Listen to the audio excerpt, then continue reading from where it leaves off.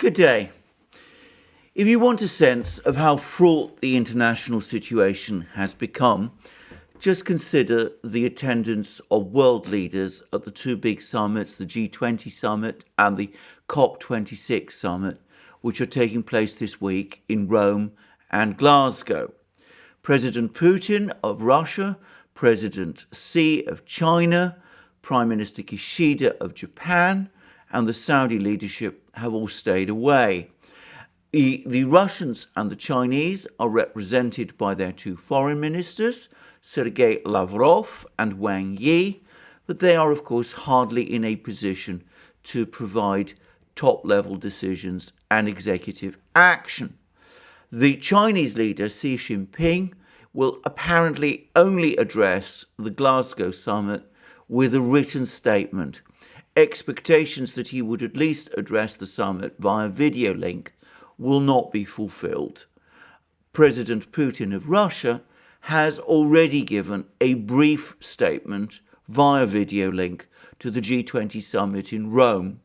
The statement is extremely brief and covers no new ground, save that it blames the United States for the present inflation crisis, which it attributes to the budget deficits in the West, with Putin pointing out that 40% of G20 budget deficits are accounted for by one country, namely the United States. What Putin will say, if anything, for the Glasgow summit, and whether he will do it by video link or written statement, is another matter.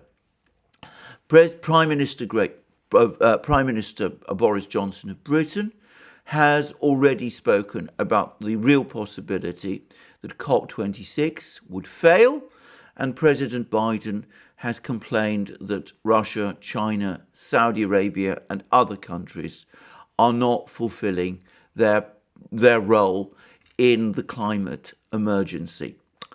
Well, I have to say that none of this surprises me, and if the British and the Americans want to understand why there is this reluctance on the part of the other great powers, and indeed some of the powers that are less great, like Japan and Saudi Arabia, to attend these summit meetings, perhaps they should consider their own recent actions.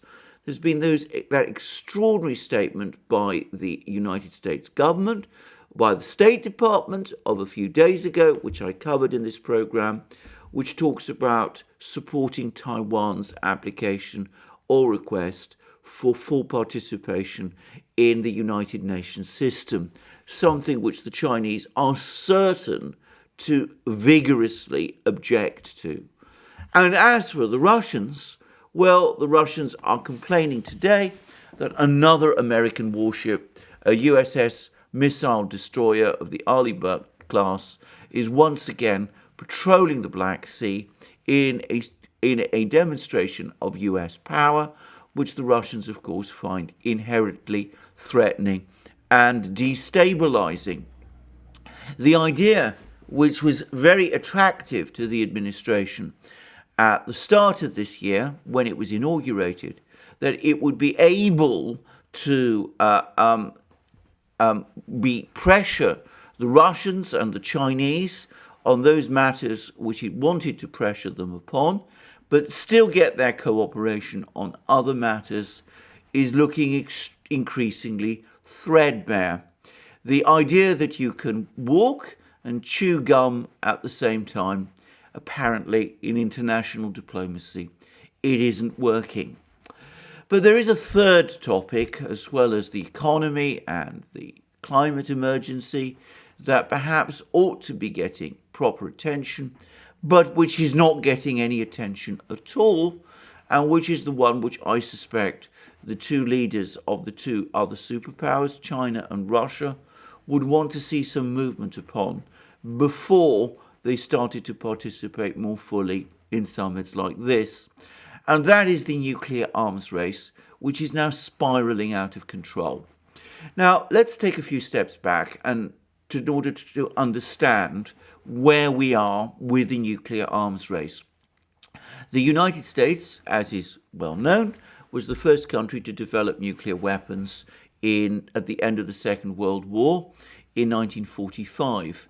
It has so far been the only country to actually use nuclear weapons, with its 2 attacks on Japan, on the 2 cities of Hiroshima and Nagasaki.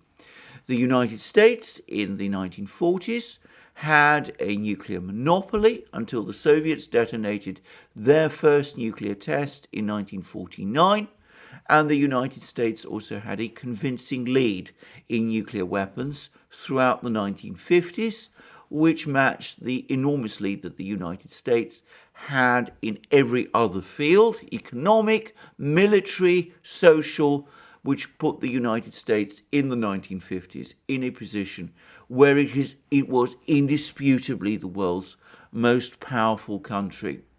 However, over the course of the 1960s, that lead slowly eroded. In fact, it didn't slowly erode, it rapidly eroded as a result of major weapons developments carried out by the Soviet Union over the course of the 1960s. It became increasingly clear that the United States was in a nuclear arms race with the Soviet Union, which was becoming increasingly unstable and increasingly dangerous. In 1962, the 2 superpowers, the Soviet Union and the United States, faced a nuclear standoff over the positioning of Soviet nuclear missiles in Cuba, with the Soviets also objecting to the presence of US nuclear missiles in Europe. A deal was done to end that crisis, and a whole series of negotiations were initiated between the 2 superpowers within the framework of something called détente, relaxation of tensions, which brought the nuclear arms race between the 2 superpowers, the Soviet Union and the United States, under control. And we had a famous series of nuclear arms limitation treaties. We had the Nuclear Non-Proliferation Treaty, which forbade the superpowers from exporting their nuclear technology to other countries. We had the Anti-Ballistic Missile Treaty, whereby the superpowers agreed that they would not develop in any quantity defensive systems which might put the nuclear deterrent force of the other superpower in jeopardy. We saw agreements to forbid the positioning of nuclear weapons in outer space, and we saw a whole series of treaties and agreements, starting with SALT I, but going on to SALT II, the various START treaties, which placed first major limitations on Soviet and American strategic missile and nuclear arsenals, and then led to very substantial cuts in those arsenals. We also saw the Intermediate Nuclear Forces Treaty, which in fact eliminated a whole category of weapons, cruise and Pershing systems based by the United States and Europe, the analogous SS-20 systems developed by the Soviet Union and also based in Europe. And we saw, after the end of the Cold War, further START treaties negotiated by the United States and the Soviet Union, treaties involving inspections, an open skies agreement which enabled the 2 nuclear superpowers to monitor and observe each other's activities, and various other agreements of that kind and of that nature. And then what started to happen was that in the early 2000s, the United States, following the collapse of the Soviet Union and witnessing the implosion in the 1990s of the Russian economy, began to convince itself that the Russians were no longer to be taken seriously as a great power, certainly not as a superpower, and that the United States could therefore afford to start initiating new weapon systems and nuclear missile systems, and to expand NATO eastward, and without paying much attention to what the Russians thought about it or said about it. And NATO was indeed expanded eastward to include states of the former Warsaw Treaty Organization, the Warsaw Pact. It was also extended eastward to include the 3 Baltic states. Promises were made to Georgia and Ukraine that they would one day become members of NATO, even as Russia was told that it would never become a member of NATO under any circumstances. And at the same time, the United States began to walk out of various treaties, nuclear arms limitation treaties and agreements. This process began with the scrapping of the Anti-Ballistic Missile Treaty and the development by the United States of anti-ballistic missile interceptors, which it started to base in Eastern Europe and in various places around the Pacific region. And then, over the course of the Donald Trump administration, as that administration began to fall increasingly under neocon's sway, this scrapping, tearing up by the United States of arms control treaties became increasingly active. It became a flood. The Intermediate Nuclear Forces Treaty was scrapped. The Open Skies Treaty was scrapped. There were no further agreements on limitations of strategic arms, and the United States came very close to walking out of the START Treaty, the New START Treaty. And it's fair to say that by the time the new administration came to office at the start of this year, the whole system of arms control, such as had been negotiated between the 2 nuclear superpowers in the 1960s and 70s and 80s and even 90s, all of that had essentially broken down and collapsed. Now, a number of things then began to happen, because it turned out that Russia in the 1990s had indeed been down, but it was far from out. In fact, it clawed its way back into the game. In the 2000s, the Russian economy recovered. Russia rebuilt its industrial and technological base, and then it started to develop a whole range of new weapon systems. It's bringing shortly into service the Sarmat intercontinental ballistic missile system, which can circumnavigate the globe and strike at the United States from the South Pole. It has brought into service the Avant-Garde hypersonic glide vehicle, production of which is now increasing. It is developing actively the Poseidon nuclear-powered submarine drone, which I've discussed in various programs, and it's also working hard to develop a nuclear-powered cruise missile, the Burest-Venik, which is also gradually working towards entering service. The Russians, more practically, have developed a whole panoply of mobile ICBMs, road mobile ICBMs. These are ICBMs, intercontinental ballistic missiles, which do not have to be housed in silos, but which operate on large wheeled launcher vehicles, self-propelled launcher vehicles, and can therefore move around roads and other installations, and can launch missile strikes on the United States, with the United States having less ability to track where they are. These systems take the form of systems like the Topol and its successor, the Yars, and we're learning that the Russians are in the process of developing a successor to the Yars. The Russians, by the way, have also based around their Topol and Yars installations, where these missiles are housed until they're sent on road mobile exercises, Peresvet laser devices, whose purpose appears to be to blind American satellites, making it increasingly difficult for the United States to keep track on the movement of these vehicles. The Russians have also recently begun a whole succession of submarine developments. They recently installed the very advanced Bulava ship-based intercontinental missile on their Boré-class submarines, and they're now increasingly producing those Boré-class nuclear submarines in quantity.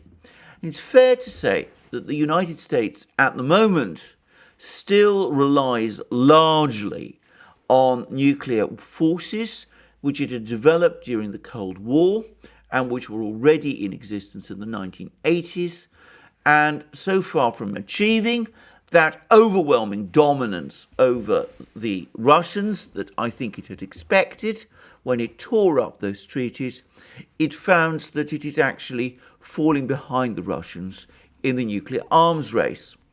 But there have been further complications for the United States also, and that is the emergence of two other important Asian nuclear powers. One is North Korea, which is developing a nuclear strategic deterrent force of its own, despite having slender resources by comparison with the other nuclear powers. The North Koreans not only now have nuclear weapons, but they've also displayed road mobile ICBMs like those possessed by the Russians, and they are also apparently now in the advanced stages of developing sea-launched ballistic missiles that can reach to the United States, and they apparently have plans to build a nuclear submarine which can launch these missiles. But of course it is China which is the primary worry. And here we see that the Chinese, whose economy in purchasing power parity terms exceeds in size that of the United States, and whose industrial base greatly exceeds in size that of the United States, is apparently now also systematically upgrading its nuclear deterrent force. There's been much discussion and speculation about this, but the Chinese certainly are updating their Long March ICBMs, probably producing more advanced versions of these ICBMs. They appear to be building more silos, which could house more of these ICBMs. They have an increasing number of road mobile ICBMs like those that the Russians have. And of course, most alarmingly for the United States, they have recently tested what looks like a hypersonic glide warhead, rather like the avant-garde warhead that the Russians have. Lastly, the Chinese are now actively deploying increasing numbers of nuclear-powered submarines, which also carry ICBMs, sea-launched ballistic missiles, that can also reach the United States. So that the United States now finds itself in a situation where, in contrast to the Cold War, where it only needed to worry about one nuclear superpower, the Soviet Union, it now has to worry about two, Russia and China. It's becoming increasingly concerned that the Russians and the Chinese are working together on military and defense-related topics, and I've discussed in previous programs the very real possibility, indeed the likelihood, I would say virtual certainty, that they're exchanging technologies with each other. And to complicate matters still, the United States has to worry about North Korea and its government, about which it has scant contacts and scant knowledge and little understanding of its ideas. So, the situation for the United States, far from being better after the Cold War, as I think the United States expected in the late 1990s and early 2000s, when the process of tearing up all the arms control agreements began, it's turning out to be much worse. And of course, the United States is responding to all this by taking countermeasures. And it's trying, and will no doubt in time succeed, in developing its own hypersonic systems, including hypersonic glide vehicles, and it's actively working on developing new nuclear-powered submarines and nuclear missiles, which can be launched from those submarines. And no doubt it's got various other plans and ideas up its sleeve also. So we are now again in a nuclear arms race, very much like the one we saw in the 1960s, only instead of 2 players, we now have multiple players. We have the Russians, the Chinese, and the North Koreans that the United States must worry about. We also have various other nuclear powers about which we know far less. We've got a nuclear arms race in the Indian subcontinent between Pakistan and India, which for the moment looks stable and under control, and which probably doesn't threaten any of the major powers, but which could conceivably spiral out of control. We have the uncertainties about Israel's nuclear capabilities, and of course we also have the uncertainties about what Iran may be up to. As I've already said in programs that I've discussed before, I don't think the Iranians at the moment have active plans to develop a nuclear weapon, but that might change depending on the kind of threats Iran might face in the future. And it's also the case, as I believe, that probably in the 1990s the Iranians did have a nuclear weapons program which they were pursuing in response to the nuclear program they were worried that Saddam Hussein in Iraq might also launch. And last but not least, we must never forget those 2 other nuclear powers, Britain and France, which insist that everyone else must limit nuclear weapons, but who refuse adamantly to agree to any limitations on their nuclear weapons also. And it's fair to say that even during the Cold War, the French and British insistence that their nuclear systems should not be counted in arms control calculations was already a complicating factor, and I suspect it's going to become an even more complicating factor before long. Now, we face, therefore, a deteriorating nuclear arms race, one that's escalating. The nuclear limitation regime, developed in the 1960s and 1970s, is now in a threadbare state. It's all but collapsed. There are currently strategic stability talks underway between the Russians and the Americans, but they don't seem to be going very far. The Americans are trying to get the Russians to agree that the Chinese should be included in those talks in a format which will allow the Americans superiority over Russia and China, something which, of course, the Russians reject and which the Chinese won't agree to. So we have a situation where there's no clear arms control regime, where the nuclear arms race is escalating, where there are more players, less predictable players perhaps. There's also growing mistrust internationally, and we see that world leaders like Xi Jinping and Putin are now reluctant to attend summits hosted by the United States and Britain, the 2 countries that they see as their major adversaries. And one might have expected that, given that this deteriorating picture in the world of nuclear arms, there would be widespread international concern about this. And this is, for me, perhaps the most worrying factor of all. Because if we go back to the period of the Cold War, the 1960s, the 1970s, the 1980s, that time was marked by very strong anti-nuclear war sentiment in all the major powers. There were major protests against nuclear weapons in Britain and Germany, for example. There was a very strong anti-nuclear movement in the United States, which we don't think or know much about. What may surprise many people to know is that there was also an anti-nuclear movement in the Soviet Union itself. The Russian dissident, the famous Soviet dissident, Andrei Sakharov, was very much a part of it.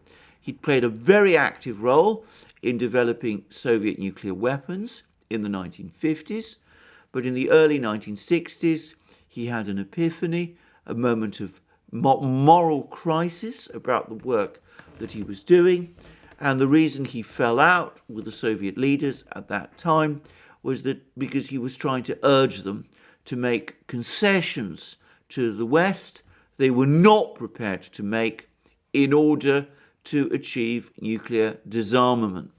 So there was a very, very strong anti-nuclear movement across the West and even in the Soviet Union at that time.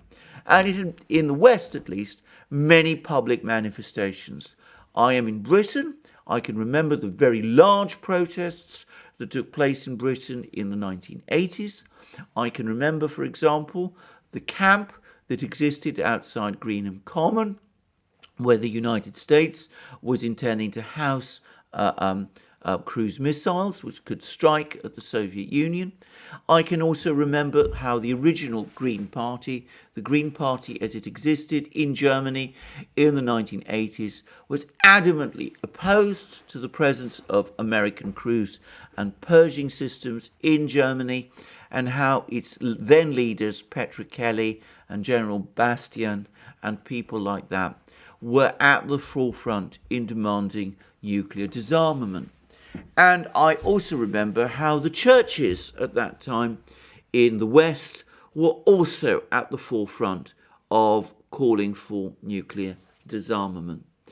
And it is one of the most concerning things for me, one of the most troubling things, that pressure from the public to go for nuclear disarmament, which all the great powers, even the Soviet Union, had to take into account, that has entirely gone.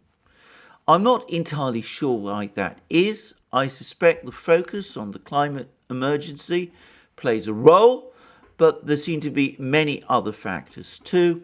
And I wonder also whether the political crisis in the United States, the deep partisanship there, means that Americans have divided on other issues and are less interested in nuclear arms, and whether this has also spilled over into Europe also. It has to be said, too, that the campaigns that have been launched against the Russians and the Chinese in the West have not been helpful, and they have no doubt reinforced the general sentiment that that these are two countries that need to be confronted and deferred rather than just spoken to and negotiated with in order to avoid a nuclear catastrophe. Now, given that we have, in effect, no nuclear arms control treaties left to speak of, given all these extraordinary developments in nuclear weapons technology, given the extraordinarily fraught international environment, given the fact that the Chinese and the Russians no longer trust the Western powers, who are in turn deeply hostile to them, I would say that the risks today of something going badly wrong are greater than they ever were during the Cold War. The Soviets and the Americans always had the nuclear arms race under some sort of control, and they were always in some kind of communication with each other. Even during the worst period of the Cold War, say in the first years of the Cold War, when Joseph Stalin was still the leader of the Soviet Union, American and British diplomats still had access to him. American and British officials could still speak to him, and Soviet officials could travel to the United States and conduct negotiations with US leaders also. And of course, as the Cold War progressed, these negotiations developed in quantity, and there was never, to my knowledge and to my recollection, anything like the fraught campaigns and fierce language, I'm using measured words, that we see today, and the hounding of everybody in the West who speaks about the need for some sort of understanding of Russian and Chinese policy. On the contrary, what we see instead are constant attempts to provoke the Russians and the Chinese. And I come back to that statement about Taiwan and its participation in the UN system that I spoke about at the start of this program. I go back again to the presence of that US Navy destroyer in the Black Sea. I go back to that discussion about the lowering of the nuclear thresholds that NATO has had and the decision it has made to that effect. Now we are getting further information which must cause us even more concern, because concomitant with that decision by NATO to lower the nuclear thresholds, we hear that the United States is coming under intense pressure from its allies, Britain, Germany, Japan, and several others, not to give a pledge of no first use of nuclear weapons. I should say that I am deeply cynical about this. I think that the United States has no intention of giving a pledge of no first use of nuclear weapons. On the contrary, such a pledge would so diametrically contradict the NATO strategy, which amounts to the lowering of the nuclear thresholds that I discussed recently, that it makes almost no sense to me that the United States is really serious about it. I think that all this pressure we're hearing about from US allies for the United States not to give such a pledge is really cosmetic. It's really in order to make us think that the Americans are coming reluctantly to something at the urging of their allies, which they have already made up their minds about. Given that this is so, given the fraught international situation, the collapse of arms control, the growth of nuclear weapons, the expansion of nuclear weapons technology, and the proliferation of actors, some of whom, like the North Koreans, we know extraordinarily little about, it seems to me that we are in a far more dangerous situation today than we ever were in during the Cold War, even during the period of the Cuban Missile Crisis, when the Americans and the Russians were able to talk to each other. I don't know where this is all heading. I suspect that, as with other things, we will probably get through. I suspect that sooner or later, some understanding will be reached in the United States that the United States does need to agree some kinds of rules with the Russians and the Chinese over nuclear arms control, and that when that happens, we will all begin to breathe a bit easier. But I also expect that the Russians and the Chinese will at that point insist that the United States does not have equality over them, and that it begins finally to respect their red lines over issues like Ukraine, Taiwan, and the rest. I've discussed this possible geostrategic ceasefire many times in many programs. It would no doubt be difficult for the United States to agree to. It would be extremely difficult, perhaps, to negotiate its terms, but I think it can be done, and I think probably at some point something like that will be done, though, as I have said many times, the likelihood is that the further that this is postponed, the greater the price the United States and its Western allies will have to pay will be. But there it is. We have to get to that point first. And for the moment, the auguries, the omens look bleak. I personally find it remarkable that the United States, Britain, Italy, 3 NATO powers, should host and participate in world leaders' summits like the ones in Italy, in Rome and in Glasgow, and not want to discuss arms control. No wonder the leaders of the other superpowers, China and Russia, have decided to stay away. Well, thank you for joining me for this program today. I look forward to you joining me in future programs, both on this channel and on our main channel, the Duran, where I do programs with my colleague and friend, Alex Christoforou. Please also remember to join us on our main channel, the Duran, to check out Alex's channel. You will find links under this video. And please also remember to go to our other platforms, including and specifically Locals, where we are uploading increasing amounts of exclusive content, and where I will shortly be broadcasting my next live stream, which is due sometime in the middle of this week.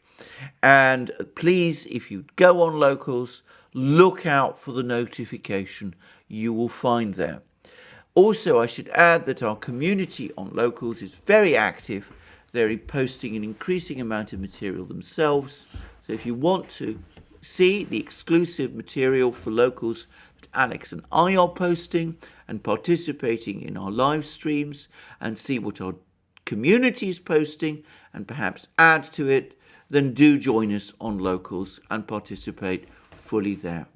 And of course, we're also on other platforms. SuperU, perhaps, the new free speech platform, is the one that we are very enthusiastic about. But you can also find us on BitChute, Library, ODYSEE, and also on Rumble. Rumble, of course, now having teamed up with Locals, which it has recently acquired. And you can also, if you want to support our hard-working channel, you can support us via Patreon and Subscribestar. You find links below, and you can go to our shop and buy the amazing things that you will find there. Our amazing magic mugs, the best magic mugs in the world, our hats, our sweatshirts, our t-shirts, and all the rest. Well, thank you for joining me for this program today. I look forward to you joining me in future programs on this channel, and have a wonderful day until then.